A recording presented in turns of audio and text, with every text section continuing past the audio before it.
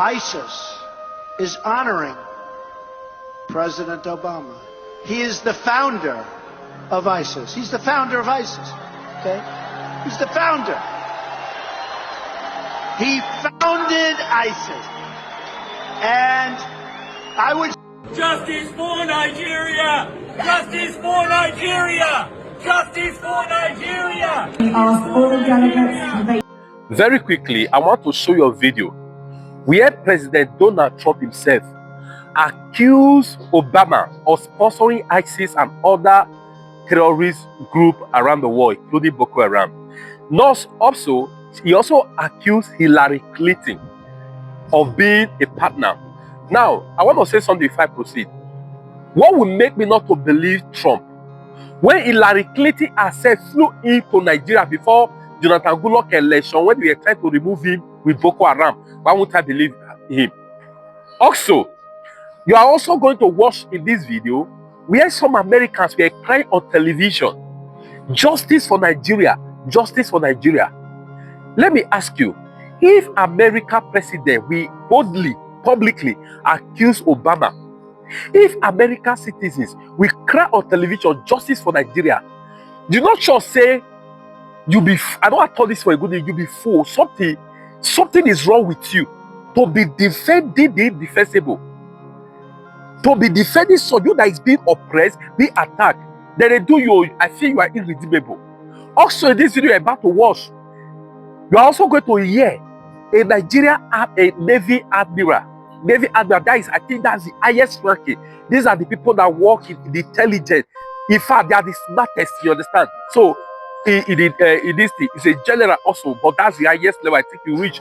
Hear him where he indicted Buhari and his government.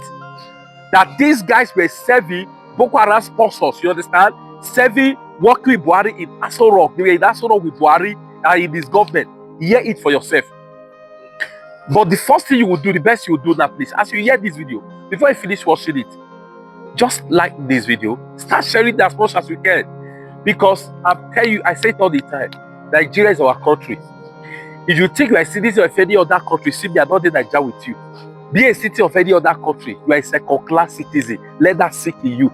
So we must, by sharing this is the only way you are fighting and by exposing them. Share this video. Thank you. From Sunni tribes in Anbar province. Was moving too slowly, but the fall of Ramadi has galvanized the Iraqi government. So with the additional steps I ordered last month, we're speeding up training of ISIL forces, including volunteers from Sunni tribes in Anbar province. ISIS is honoring President Obama. He is the founder of ISIS. He's the founder of ISIS. Okay? He's the founder. He founded ISIS. And I would say the co-founder would be crooked Hillary Clinton. Internet does not forget. We have never been this much polarized. I'm a federal person. My mind is federal. My brain is federal. My loyalty is federal. I do things for the federal government. So I cannot come here and try to be sentimental. No, I'm a federal person. So will your life be at risk now that they're hearing you? I don't care. I don't care. And my colleagues, they know me. Those people that listen to me, they know me. I don't care. The issue is that this country is bigger than individual. That is the issue. This country is bigger than individuals. Buhari will come and go. Eliminating me or killing me will not solve the problem. And will not add value. But he will come and go. And somebody must come and repair the damage to the psyche of this society. The damage to the polarization, to the nepotism that I've never seen in my life. I work with all these presidents. This is the worst situation I've found myself. And believe me, internet does not forget. I was part of the people that helped to bring Buhari to government because I believe in him. Have you worked with the government after that? After you helped bring the government? Oh, of course, I worked with him. We brought him in 2015, and I work as the Deputy Director of Defense Administration, and we have a lot of hope in him, and we actually are ready to do anything for him. What he has turned out over the years is shocking to us. I was in Harvard in 2014, in December, when the Department of State Services and CIA and others were contemplating about Buhari and other aspirants. I know what we did to convince the American government that the only person that can come and put this country right is Buhari.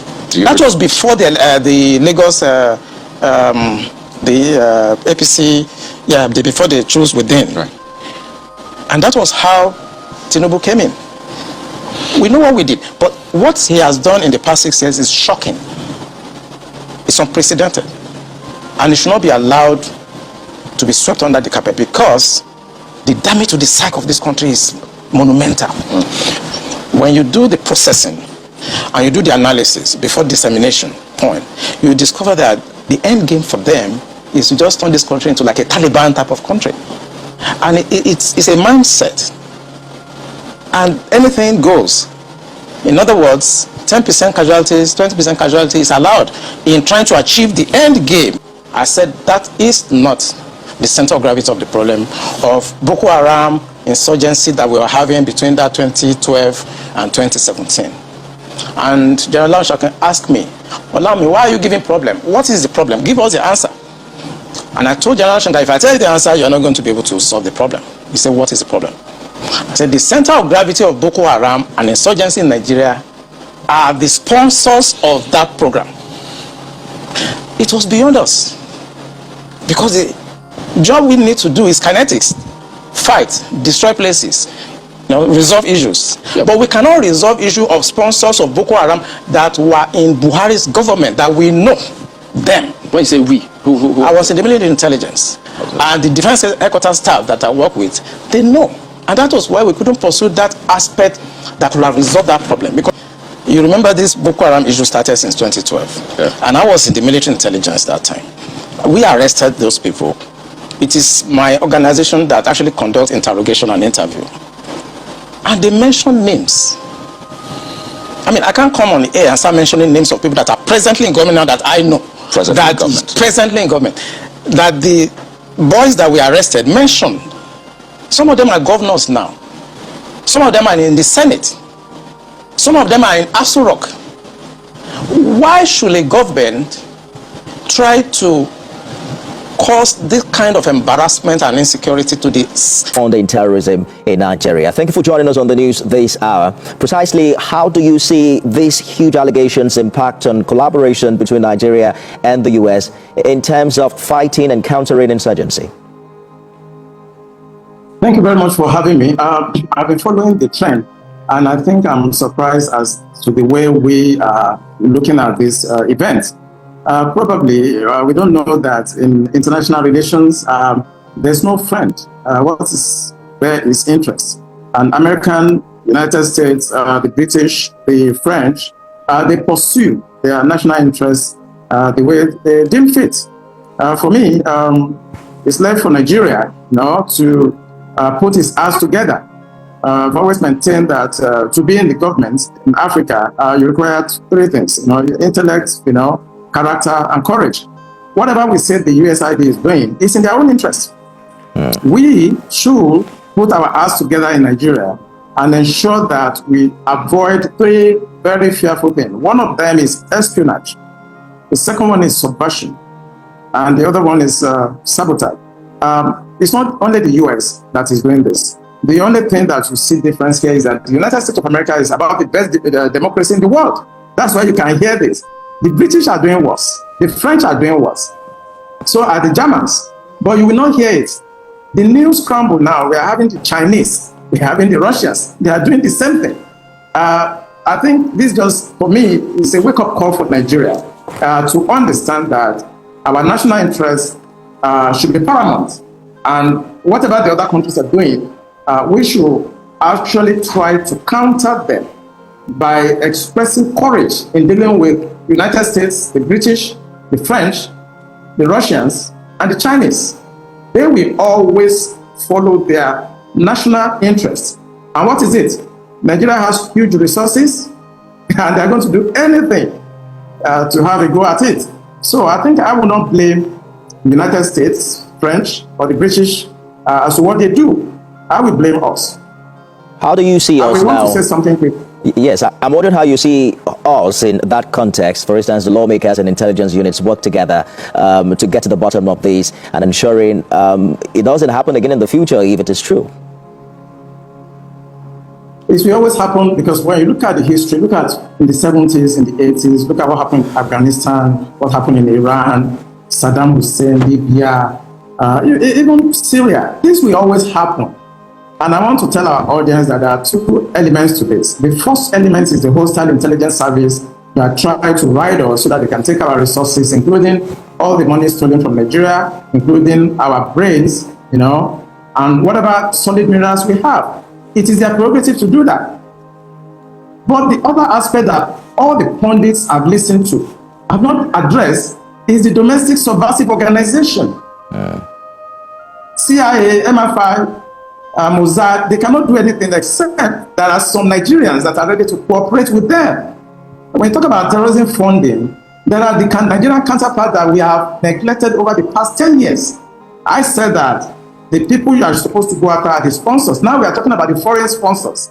Nobody's talking about the 400 people that were arrested, mentioned by Malami, 400 below the change related sponsors. The other one that was sent to us also by Dubai, nothing happened to them. And every pundit I've listened to, I've been talking about USID. What about the Nigerian ID? I think we should actually try to look at the issue of terrorism in Nigeria holistically and leave the Americans alone. They will always do this. The British are doing the same as we speak. The French are doing the same as we speak. The Russians, the Chinese are doing the same thing as we speak. Let us look inwards, because without the insider in Nigeria, USID they are nothing. I train with them. I train with the Mossad, train with the Americans. They cannot do anything to you except you have those Nigerians here that are collaborating with them. Let me give you a figure. If you work with USID in Nigeria, the minimum salary you are going to get in a year is $13,000. $13,000 is the minimum wage. If you are higher up, you get as much as $80,000. I have people say, oh, they're going to absorb them into Nigerian space. Can you pay them $80,000? And if people are paid $80,000, $50,000 to work for USID in Nigeria, they are going to sell out. I think we should stop all these aids in Nigeria so that we can actually regain our sovereignty indeed. We don't have sovereignty as it is now. Good way to put it, and a very unique point that you've made. There were conversations as to, the role that such agencies play in Nigeria and whether or not we have really, gained that level of economic independence, especially with the body language we're seeing from the U.S. president. Would you say that economically we're prepared to take those tough decisions you're talking about? Oh, absolutely. Nigeria is one of the richest countries in the world. We have the money, we have the resources, both human resources and material resources. I think what we need to do is to have the courage, I mentioned it earlier, to govern this country at any level. You need intellect, you need character, and you need courage. The most important is courage. To relate with the United States or some of these people that we go to Chatham House and so on, we need courage to tell them to go to hell. We don't need them. They need us. We are the giant of Africa. Since we went to ECOMOG, they've been after Nigeria. And this thing I'm seeing now, it's not new. It's been on forever. I was in the system and I know this has always been happening. But why they get away with this is because we have Nigerians in the military, in the political space, that are working with them. And that is why they are getting away with it. But we need to send a note of warning to those Nigerians that are ready to collaborate with the foreign partners, the postal intelligence service, to undo our sovereignty. I think we need to set an example, get those people that were mentioned in the past, arraign them, and try them in a court of law, so that others will stop collaborating with them. I don't blame Americans. I don't blame the British. If I were them, I would do the same. If you are stupid, I would try to help you. With your resources, I will take them away. So I think we should try to look inwards and forget about the USID. I think we should look inwards. We have our internal problem.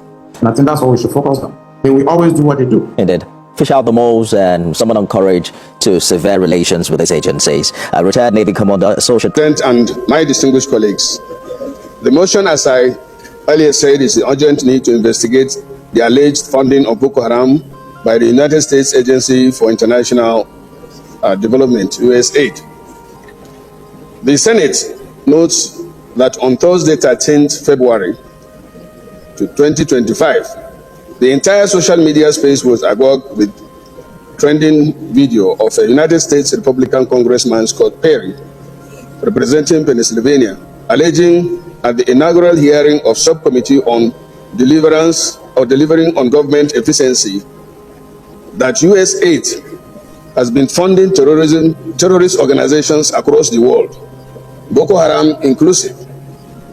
Also note that this allegation is coming up at the heels of the Chief of Defense Staff, General Christopher Musa, raising an alarm that Boko Haram terrorist groups are being sponsored and trained by international organizations.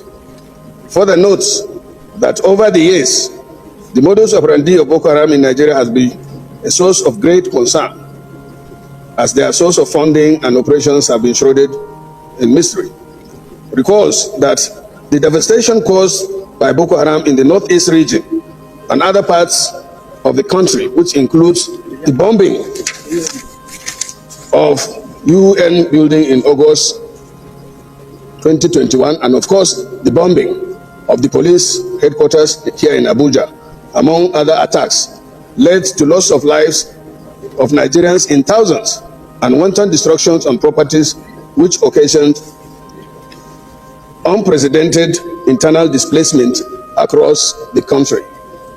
Also recalls that the federal government over the years strived to put measures in place to curtail the activities of terrorist groups in the country by expending huge resources, which seem not to have yielded much result, as the nefarious activities of terrorists continued unabatedly, and observes that the monumental devastation caused by Boko Haram in this country should be a matter of concern, as it has dented the image of this country among the Committee of Nations for allegations to begin to emerge at this point in time that some international organizations are behind this unwholesome act. There is the urgent need for steps to be taken by the federal government to unravel the mystery behind this whole episode. Accordingly, 1. Urge the federal government to constitute an interministerial committee comprising of Ministries of Defense, Interior, Foreign Affairs, and the headships of armed forces and other security agencies to investigate the allegation and make appropriate recommendation on the way forward. And 2, set up an ad hoc committee comprising of the chairman and vice chairman of the Senate Committee on Judiciary, Human Rights, and Legal Matters, Defense, Army, Navy, Air Force, National Security and Intelligence, Police Affairs, and Foreign Affairs to liaise with the relevant authorities to ascertain the veracity of the allegation with the view to taking appropriate legislative measures. I so move. The Senator Kagashevu, Senior Advocate of Nigeria, Live Venture. Thank you, Mr. President, and my distinguished colleagues. Senator Abronengi for his contribution, and to say that even when I read the issue on the social media, I was a bit circumspect. You know, social media is garbage in, garbage out. Anybody can say anything on the social media. Many of us have experienced social media attacks as leaders, and sometimes 99% of what is in the social media is inaccurate, and sometimes total speculation, and sometimes based on mischief. So there is no way we can shave a man's head behind his back. We should, we must hear from our own security agencies. We must hear from our intelligence agencies. When you mentioned the NIA and the DSS, I also believe we should also look at the DIA, Defense Intelligence Agency, because they are also interacting with people in the theater of war in the Northeast. So they'll have information on past arrests and questionings and all that to brief us. And security is not something we discuss in the market. It's something that should be done in closed session. Distinguished Senate President, you have anything to add? Then we close. Thank you. And in fact, even the U.S. Senate or the U.S. Congress will not delve into allegations on social media. And if they have to, they will invite their security chiefs to get details.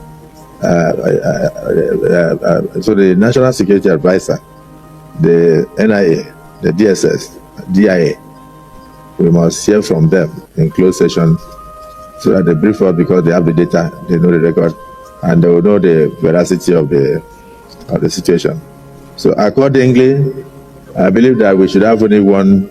I would like Senator Ningi to move a motion that we invite those people to brief the Senate in closed session so that before we can make comments on this in the open.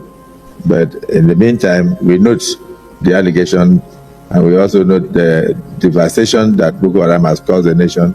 We commend President Bola Ahmed Tinubu for being able to tackle the situation to a point where no territory in the country today is hoisting the flag of Boko Haram. Whether we like it or not, he has done a very difficult job well. And so we must commend him across party lines. So Senator Ningi, please phrase your prayer in a way that we can let this.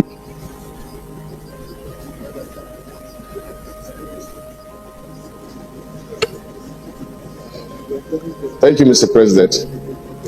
In seconding the motion, I want to say that the allegation was made by Scott Perry. It was not a social media thing.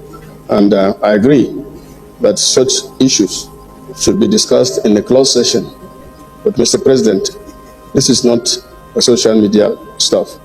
And the investigation is going on right now in the United States Congress. And also today, the President, Donald Trump, also said specifically that in that investigation, the support given to Nigeria so far should also be investigated. With that, I want to second the motion to collapse the two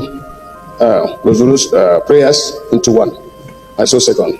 Thank you. Also, America is going through a metamorphosis, a political metamorphosis. It's almost like one political party is taking over from another political party, and allegations flying left, right, center. It's only through thorough investigation that the truth can be established. Even America has not taken the allegation hook, line, and sinker. They are investigating. So Nigeria must also investigate.